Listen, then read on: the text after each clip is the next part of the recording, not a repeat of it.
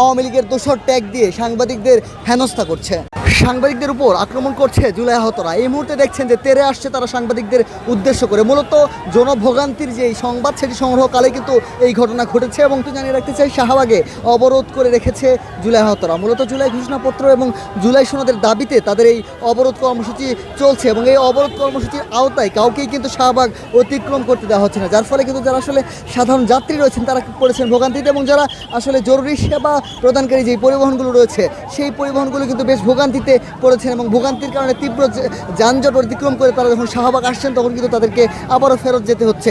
এই সংবাদ সংগ্রহ করতে এবং সংবাদ সংগ্রহ করার কালে কিন্তু সাংবাদিকদের উপর তারা চড়াও হন এবং চড়াও হয়ে আক্রমণের দিকে যাচ্ছেন। এই মুহূর্তে দেখছেন পুলিশ সদস্যরা তাদেরকে শান্ত করার জন্য যাচ্ছেন এবং আপনাদেরকে দেখাচ্ছি সর্বশেষ পরিস্থিতি।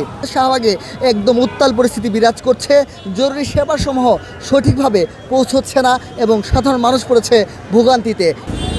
দফায় দফায় কিন্তু সাংবাদিকদের সাথে তাদের হাতাহাতি হচ্ছে এবং সাংবাদিকদেরকে ধাক্কা দিয়ে সরাই দিচ্ছেন জুলাই আহতরা। এই মুহূর্তে শাহবাগে একদম উত্তাল পরিস্থিতি বিরাজ করছে, জরুরি সেবাসমূহ সঠিকভাবে পৌঁছচ্ছে না এবং সাধারণ মানুষ পড়েছে ভোগান্তিতে। এবং এই সংবাদ সংগ্রহকালেই কিন্তু সাংবাদিকদের সাথে এমন আচরণ করা হচ্ছে এবং ক্ষুব্ধ হয়ে সাংবাদিকরা কিন্তু ফিরে আসছে এই ঘটনাস্থল থেকে। আওয়ামী লীগের দোসর ট্যাগ দিয়ে সাংবাদিকদের হেনস্থা করছে।